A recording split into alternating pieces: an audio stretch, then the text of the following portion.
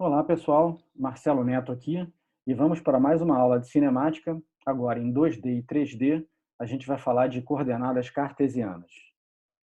Bom, a gente vai fazer o seguinte: o objetivo da aula primeiro é recordar alguns conceitos da cinemática unidimensional e para isso a gente vai reanalisar o exemplo da queda livre que foi visto no finalzinho da aula de cinemática 1D. Depois a gente vai motivar o estudo da cinemática 2D com um novo movimento chamado lançamento oblíquo de projétil e vai ficar claro por que foi útil ter feito recordar o exemplo da queda livre. Mas para o lançamento oblíquo de projétil, o objetivo principal é a descrição das funções horárias da cinemática 2D desse movimento e depois, por fim, a gente vai generalizar esses conceitos para a cinemática tridimensional. Bom, recordando então a cinemática unidimensional, queda livre. Vamos imaginar que aqui desse ponto eu largo, solto uma bola de basquete num instante que eu vou marcar como sendo zero, no instante inicial, e ela vai cair verticalmente, em queda livre, até atingir o solo. A duração total da queda, eu marquei no meu cronômetro, deu meio segundo, e eu peço ajuda. Esse aqui é o estrobo, gente. O estrobo vai estar com a gente no curso inteiro, ele vai ajudar a gente sempre a analisar movimentos. Ele tem uma capacidade singular de piscar os olhos muito rapidamente, só que sempre com o mesmo intervalo de tempo. Então, ele é ideal para analisar movimentos. Então, ele fez esse experimento, ele observou a queda da bola de basquete, piscando os olhos rapidamente, capaz de ver 20 imagens por segundo. Como demorou meio segundo a queda, ele conseguiu fazer 10 imagens, que são essas 10 imagens numeradas aqui, e ele observou o seguinte: o distanciamento entre as imagens, ou seja, quando a gente passa aqui da imagem zero para a primeira imagem, da primeira para a segunda, da segunda para a terceira, o distanciamento entre as imagens aumentava como o quadrado da variação temporal. Então, o que ele chamou de primeira variação temporal provocou um distanciamento entre 0 e 1. A segunda variação temporal foi para 4, que é 2 ao quadrado. A terceira variação temporal foi para 9, que é 3 ao quadrado. A quarta variação temporal foi para 16, que é 4 ao quadrado. Assim por diante, até a 10ª variação temporal, que foi para 100, que é 100 ao quadrado, que é 10 ao quadrado. Então, ele percebeu essa relação empiricamente, observacionalmente, que o deslocamento era uma função quadrática do tempo. A gente sabe como interpretar isso. A gente aprendeu nas funções horárias da cinemática 1D que existe uma aceleração. Esse movimento, apesar dele ser chamado queda livre, ele está submetido à aceleração da gravidade. Livre significa que não há nenhuma outra força além da força gravitacional atuando no corpo. Então, essa aceleração do gravitacional, a gente sabe o seguinte: ela é um vetor, então ela tem que ter uma direção, ela tem que ter um módulo, como todo bom vetor, e ela tem que ter um sentido. Foi o que a gente aprendeu na nossa aula de vetores. Eu recomendo que vocês deem uma visitada na aula de vetores. Tem que ter algum unitário, e como a gente está falando de movimento vertical, a gente vai usar o unitário y chapéu. Tem que ter um módulo, que é o módulo 9,81 metros por segundo ao quadrado, que a gente sabe que vale a aceleração da gravidade, pelo menos próximo à superfície da Terra, e tem que ter um sentido que é dado por esse sinal negativo. Então, a gente escreve a aceleração gravitacional dessa forma. Como a gente obtém o vetor velocidade, que vai descrever como a velocidade da bolinha evolui a cada instante durante a queda? A gente aprendeu com a Camila que basta você pegar esse retângulo que tem altura dada pelo módulo da aceleração da gravidade, a largura é o tempo, e se você multiplicar um pelo outro, você obtém aqui que o vetor velocidade também é um vetor, está na direção y, chapéu também. Ele tem um módulo, lembra que é esse retângulo aqui, ó, altura 9,81 metros por segundo ao quadrado, largura t. Sentido para baixo. Por que o sentido é para baixo?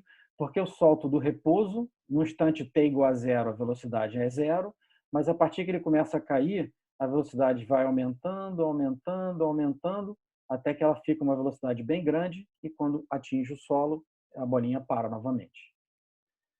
Ótimo.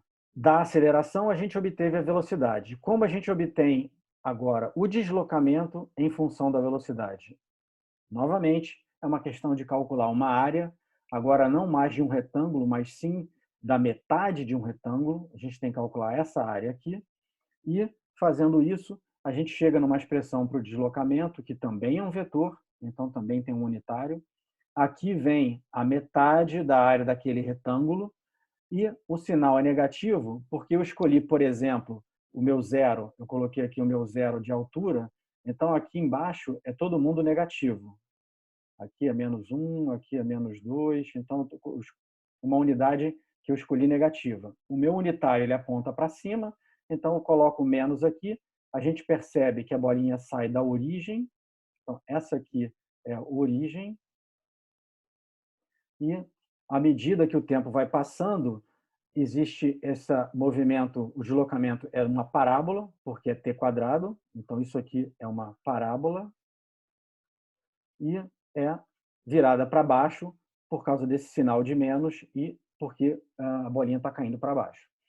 Então, resumindo, essas são as funções horárias do movimento da cinemática 1D.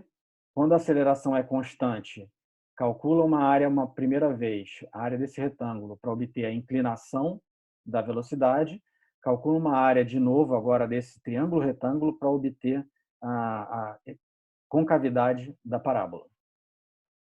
Essa propriedade, essas funções horárias, elas descrevem a queda livre de qualquer corpo, independente da massa, do formato e da composição do objeto que tiver em queda livre, desde que, obviamente, seja realmente uma queda livre, ou seja, você está desprezando a resistência do ar. Então, se nós pegássemos aqui dois objetos, uma pluma e uma bola de bilhar, e se nós soltássemos na mesma altura, e se nós convidássemos o Strobo para fazer a análise desse movimento, ele veria que para qualquer instante de tempo, dois objetos estão sempre na mesma altura e atingem o solo simultaneamente. Bom, com essa motivação, a gente pode passar então para o problema da cinemática bidimensional. Ou seja, não apenas o objeto está em queda livre, mas você dá um impulso inicial para ele e ele descreve um movimento que nós vamos ver que é um arco de parábola. Então, serve para um lançamento durante um jogo de futebol, ou para ajudar o Obelix a acertar o javali dentro da cesta, ou no atletismo, para você pular sobre barreiras ou salto em distância. Todos esses movimentos se enquadram no lançamento oblíquo de projétil. Então, vamos pegar um exemplo e fazer a análise desse movimento detalhadamente. Aqui tem um canhão, no canto inferior esquerdo tem um canhão, ele vai atirar uma bola, a bola vai subir, vai descrever esse arco aqui e vai atingir a mesa novamente aqui do lado direito quando o movimento termina. E para analisar esse movimento, eu chamei de novo o Strobo. O Strobo ele pisca rapidamente, sempre com o mesmo intervalo de tempo, e eu pedi a ajuda dele. Strobo, o que está acontecendo? E ele percebeu o seguinte: vou fazer primeiro a análise do movimento vertical, ele disse. Então ele se posicionou do lado esquerdo para analisar a subida da bolinha e se posicionou do lado direito para analisar a queda da bolinha. Ele percebeu o seguinte: se ele traçar essas linhas para marcar a posição da bolinha tanto na subida quanto na descida, ele percebeu que as linhas aqui começam a ficar apertadas, a bolinha vai subindo, o espaçamento entre linhas consecutivas diminui, diminui, diminui, até que chega um espaçamento bem pequenininho na posição máxima. Aí ele passou para o lado direito para analisar a queda, e na queda acontece o oposto. O espaçamento entre as linhas começa a aumentar, aumentar, aumentar, e o espaçamento fica máximo logo antes de tocar a mesa novamente. E ele lembrou da queda livre. Ele falou: ué, isso parece muito a queda livre, tanto na subida quanto na descida. Mas como pode queda na subida? O que ele percebeu foi o seguinte: não, na verdade eu estou dando um impulso inicial, que é o tiro do canhão. O impulso inicial, a bolinha sai com uma velocidade grande, e como a única aceleração atuante é a gravitacional, que é contrária à subida da bolinha, Então, a bolinha está sendo freada até chegar numa posição máxima, onde a velocidade vai ser zero, a velocidade vertical vai ser zero, e aí ela começa a cair em queda livre, que é o movimento que a gente já sabe analisar. Então, ele entendeu. Tudo que diz respeito a deslocamento vertical, eu entendi. É um problema de queda livre. Depois ele passou para analisar o movimento horizontal. Ele agora quer analisar só as posições da bolinha no eixo horizontal. E ele percebeu o seguinte, ele traçou novamente essas linhas para ajudar, e ele percebeu que, independente do instante de tempo, o espaçamento entre duas linhas consecutivas era sempre igual. Ele percebeu que, do ponto de vista do movimento horizontal, ele tinha, na verdade, um movimento retilíneo uniforme sem aceleração. Então, ele fez duas análises. A análise do movimento vertical, primeiro, a análise do movimento horizontal, depois. A pergunta é, será que a gente consegue analisar o movimento completo sabendo essas partes? A resposta é sim, porque nós sabemos somar vetores em 2D. Nós já aprendemos isso na aula de vetores, recomendo que vocês façam uma visita na aula de vetores, mas a gente já aprendeu que qualquer posição da bolinha, em qualquer instante, vamos pegar esse instante aqui, por exemplo, onde a bolinha está aqui aparentemente no ponto mais alto. A gente sabe descrever a posição dessa bolinha em relação a alguma origem, sabendo duas coisas, o deslocamento horizontal e o deslocamento vertical. Como todo mundo aqui é vetor, deslocamento horizontal é um vetor chamado x vetor, o deslocamento vertical é um vetor chamado y vetor, a soma desses dois também é um vetor, que eu chamei de vetor preto aqui, o r vetor, e a gente sabe escrever isso de três formas distintas. Está tudo explicado na aula de vetores. Você pode simplesmente escrever uma equação vetorial, um vetor é igual à soma de dois outros. Você pode escrever em coordenadas cartesianas, onde a primeira coordenada é sempre a coordenada x, a segunda é a coordenada y. Então, o vetor de deslocamento horizontal só tem componente x, não tem nenhuma componente y. Da mesma forma, o vetor de deslocamento vertical só tem componente y, não tem componente x. Ou a gente pode escrever em termos dos unitários x chapéu e y chapéu, que são os unitários nas direções x e y, e quem aparece aqui na frente é o coeficiente do deslocamento horizontal e o coeficiente do deslocamento vertical. Sabemos fazer isso. Podemos fazer isso também para a velocidade. Lembrem que a velocidade nada mais é do que quilômetros por hora, certo? Ou seja, deslocamento por intervalo de tempo, ou ainda em termos de derivada, derivada da posição em relação ao tempo. E como a operação de derivada é distributiva, e sabendo que R é x mais y, a gente sabe que pode calcular primeiro a velocidade x. A velocidade x ela vai vir desse cálculo de derivada, vai me dar velocidade x. O segundo cálculo da derivada vai me dar velocidade y.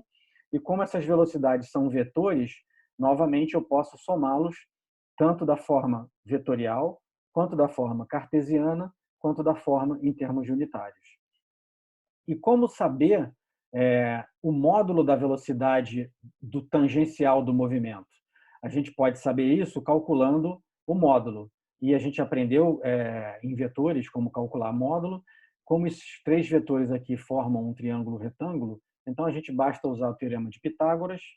Vx é um cateto, Vy é outro cateto, então o módulo da velocidade vai ser simplesmente dado pela hipotenusa desse triângulo retângulo. Bom, a gente pode ver isso claramente fazendo o seguinte exercício. Vamos vamos fazer esse seguinte exemplo. Aqui tem um canhão, eu coloquei o canhão aqui com 0 metros de altura, então aqui nesse X é onde vai sair o projétil, e eu quero saber, eu posso escolher a velocidade inicial, ou seja, qual é o impulso inicial que eu vou dar para o projétil, eu escolhi aqui 12 metros por segundo, e eu quero alcançar esse alvo aqui. Para ficar interessante, a gente pode escolher aqui um pobre coitado, uma bala humana, para fazer o experimento. Se a gente apertar aqui, ele é ejetado e, olha, acertamos no alvo perfeitamente, maravilhoso. Como a gente pode analisar esse movimento, vamos olhar aqui um pouco mais de perto, como a gente pode analisar esse movimento em termos de vetores? O vetor velocidade, a gente pode botar o vetor velocidade total, vou colocar aqui mais lento o movimento só para a gente poder analisar, e o vetor velocidade total, a gente percebe que ele é essa seta verde. Se vocês repararem, o que acontece é o seguinte, ele, a gente pode até fazer também quadro a quadro. Ó. Vou dar um tiro, vetor velocidade é um vetor verde grande. Quando o rapaz é ejetado, ele começa a diminuir o tamanho do vetor velocidade, diminui um pouco. O vetor velocidade diminui um pouco o tamanho dele até ele chegar aqui na posição máxima. Quando ele começa a descer, o tamanho do vetor velocidade começa a aumentar novamente, até que ele chega e atinge o alvo novamente. Como a gente sabe que velocidades são vetores, existe uma velocidade horizontal e uma velocidade vertical, vamos olhar então para as componentes junto com a total. E vamos fazer isso de novo, quadro a quadro. Acabei de dar um tiro. Olha só que interessante. Acabei de dar um tiro a 45 graus, essa seta horizontal aqui é a velocidade horizontal, que eu chamei de Vx. A seta vertical é a minha velocidade vertical, que eu chamei de Vy. E a soma desses dois vetores me dá essa velocidade aqui na diagonal. Se eu deixar evoluir, olha o que acontece. Reparem que a velocidade x, que é a velocidade horizontal, ela nunca muda de tamanho. Mas essa velocidade vertical aqui, lembra que o Strobo percebeu que o movimento vertical, na subida, o objeto é freado. Então a velocidade dele vai diminuindo. Olhem só para a seta vertical. Está diminuindo, diminuindo, diminuindo. A seta horizontal está sempre igual. Quando ele chega no máximo, ponto máximo da trajetória, não existe velocidade vertical, ou seja, ele subiu o que ele pôde, parou e agora ele vai começar a cair. Então, toda a velocidade que existe do movimento é dada pela velocidade horizontal. Se nós continuarmos, a gente percebe agora que, novamente, a velocidade horizontal, como é movimento retilíneo uniforme, o movimento horizontal é mRu, essa velocidade nunca muda o tamanho dessa seta. Mas agora a gente tem uma seta para baixo, porque ele está caindo em queda livre, a velocidade vertical começa a aumentar em módulo, só que agora com a seta para baixo, até que ele chega aqui e atingimos o alvo novamente. A gente sabe que a gente pode fazer isso porque a gente sabe somar vetores. Então, vamos só ver o que está acontecendo no problema. Vamos pegar aqui esse vetor A, vamos colocar aqui, num ponto qualquer. Vamos colocar esse vetor aqui, vai me representar a velocidade vertical. Vamos pegar um outro vetor, esse vetor B aqui. Vamos colocar aqui. E ele vai representar para mim a velocidade horizontal. E eu escolhi aqui 2 quadradões e 2 quadradões, porque se eu fizer a soma é um vetor que está exatamente na diagonal, como a gente viu no problema do lançamento de projéteis. Né? A gente colocou o 45 graus, o ângulo, então o impulso inicial está na diagonal. O que acontece no movimento é que se eu pegar esse vetor A, que é o vetor velocidade vertical, e começar a diminuir na subida, a gente consegue chegar até o ponto próximo do alcance da altura máxima, onde a velocidade está quase igual à velocidade horizontal. Se eu continuar descendo, ele começa a ficar negativo e aí ele começa a velocidade total ir para baixo. A gente percebe exatamente o que aconteceu com o movimento do rapaz. Agora a gente pode voltar para a nossa aula e a gente pode entender, então, resumir o movimento uniformemente variado. Quando existe, a gente pode decompor esse movimento em duas partes. O movimento em Y. No movimento em Y, a gente sabe o seguinte, existe uma aceleração, então a gente pode calcular aqui essa área aqui vai dar o termo AT, que é o termo de incremento linear da velocidade. A gente pode calcular também aqui a área desses metades de retângulos aqui, triângulos retângulos, que vai me dar a parte quadrática no deslocamento. Então, a gente sabe que é um movimento uniformemente variado na direção y. E na direção x? Na direção x não tem aceleração. A aceleração é nula. A gente tem um movimento retilíneo uniforme. Então, significa que a minha velocidade horizontal ela é constante. Mas eu posso calcular aqui uma área também. Esse aqui vai ser a minha velocidade constante na direção x. Esse aqui é o meu deslocamento no tempo. Se eu calcular essa área aqui, essa área vai me dar exatamente o quão rápido o meu deslocamento x aumenta. Porque o meu deslocamento x aumenta, eu estou indo para a direita. E ele aumenta linear. Como a gente sabe a forma geométrica desse movimento? Por que a gente está dizendo que isso é uma parábola? A gente acabou de ver o seguinte, duas conclusões. O deslocamento vertical ele é quadrático no tempo, o Strobo percebeu isso. O deslocamento horizontal ele é linear no tempo.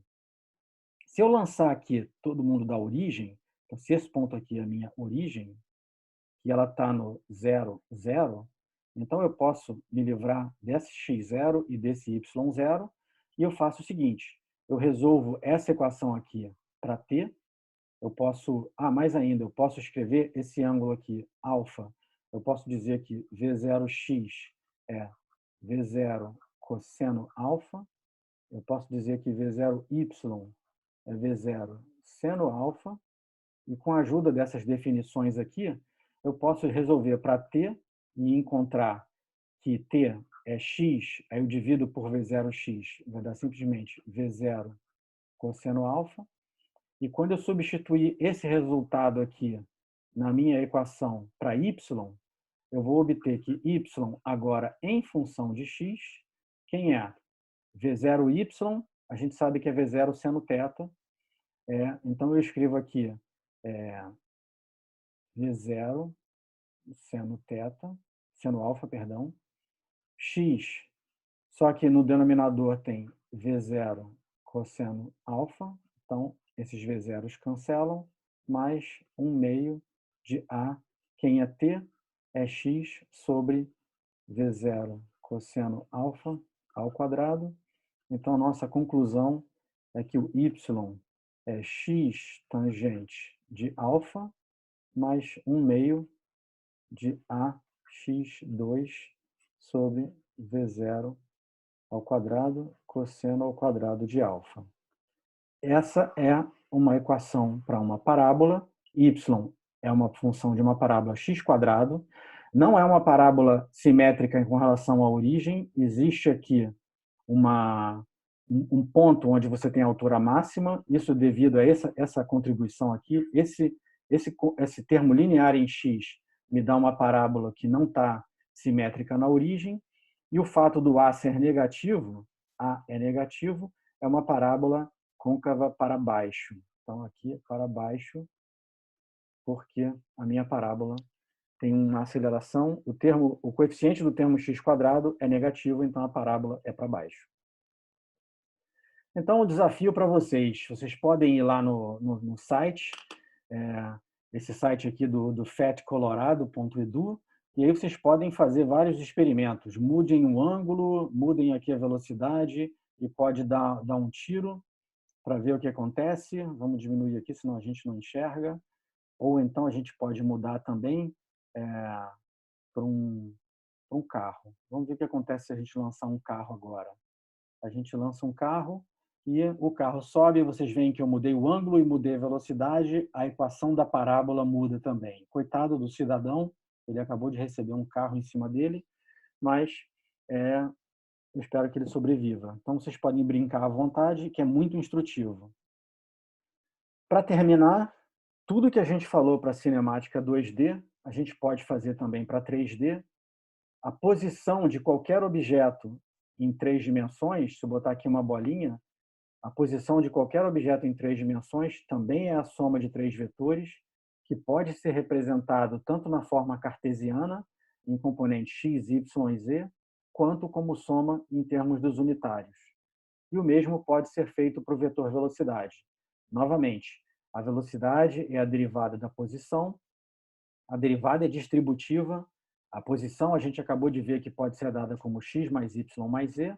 Então, como a derivada é distributiva, a gente pode concluir facilmente que a derivada de x em relação a t vai me dar a velocidade horizontal, dx, dy dt vai me dar vy e dz dt vai me dar vz, que eu posso escrever tanto em forma cartesiana ou quanto em forma de unitário, e usando ainda uma generalização 3D, digamos assim, do Teorema de Pitágoras, a gente pode calcular o módulo do vetor velocidade.